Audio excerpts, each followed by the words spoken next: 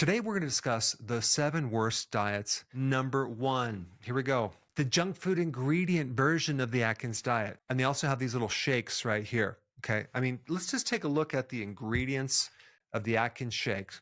The first one is milk protein concentrate, soy protein isolates. Then, of course, we get the vegetable oil, canola, soybean oil, artificial flavoring, and let's see if there's anything different in the Atkins bars. First ingredient, soy protein isolate, and then we get polydextrose. Then it's sweetened with something called sucralose. That's 600 times more sweet than sugar. So at one time, the Atkins diet was pretty good. I think it became very corrupted, unfortunately. Number 2, Jenny Craig. Now, Jenny Craig, you also have these pre-made meals. They have something called the Anytime Bar. And the first ingredient is, you guessed it, soy protein isolate. Second ingredient is the concentrated milk protein that a lot of people are allergic to, and that's highly processed from China.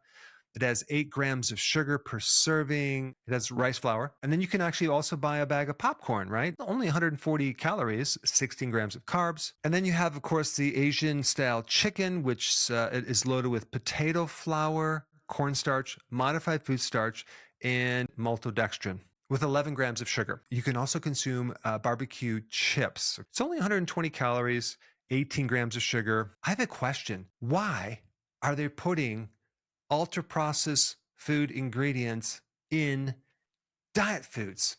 Let's move on to the next one.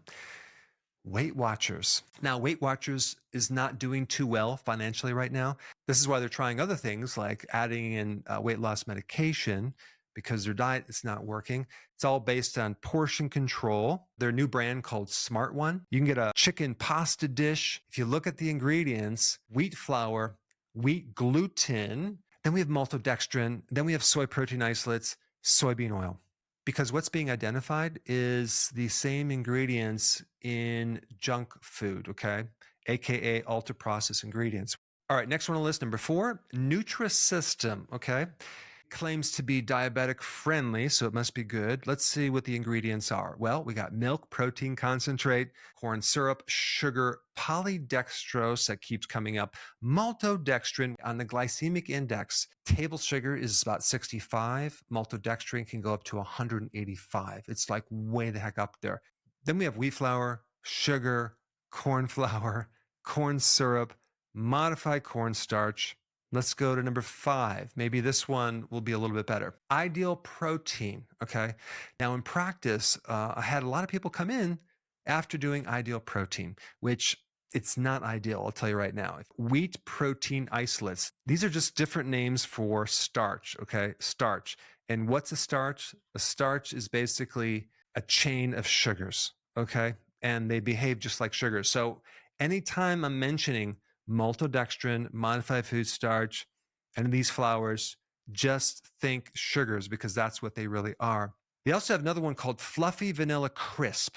Okay, you can do this on Ideal Protein. The same ingredients over and over and over. Number 6 is Optifast. This is the medically supervised diet program. You go to an obesity doctor and he'll put you on Optifast.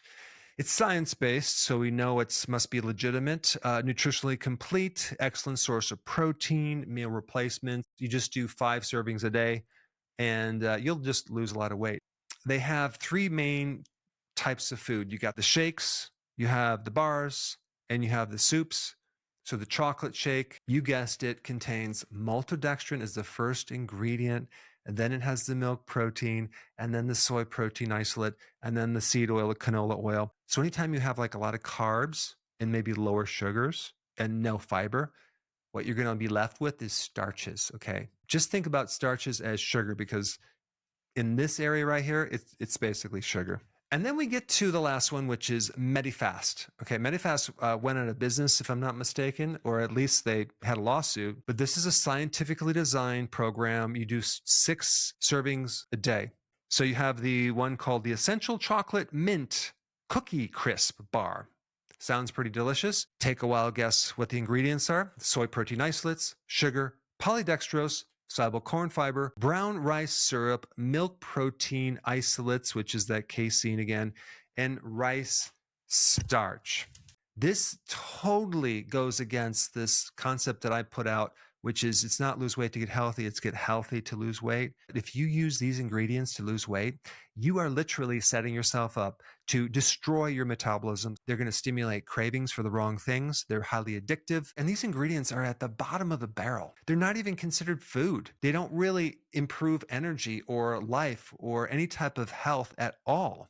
But they are the prime number one contributors to diabetes, obesity, and they're in these diet shakes, soups, bars, and prepackaged foods. These are also the same ingredients that they use for institutional foods, like the foods in prisons, the foods in nursing homes, the foods in hospitals. These are cheap ingredients, long shelf life, super profitable. Now, if you notice, I didn't talk about the vegan diet or vegetarians or keto or carnivore, because people can lose weight on these other diets, especially if they're using whole foods. But anytime we do a diet with ultra processed food calories, whether they're meshed into this so-called keto plan or they're meshed into the vegan fake meats, you're going to have problems losing weight and you're going to have problems with your health. To keep this really, really simple, if you're interested in losing weight, you really need to read the ingredients, because you're going to find that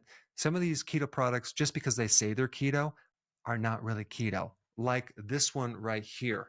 This is Duncan Hines. Okay, it says keto friendly, 2 net carbs. Okay, it might be keto, but it's not healthy keto, because if you look at the ingredients, guess what it has?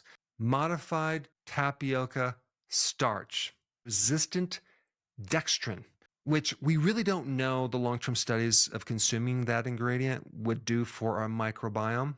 But other than that, there's some good stuff in here, but they had to ruin it with those few ingredients.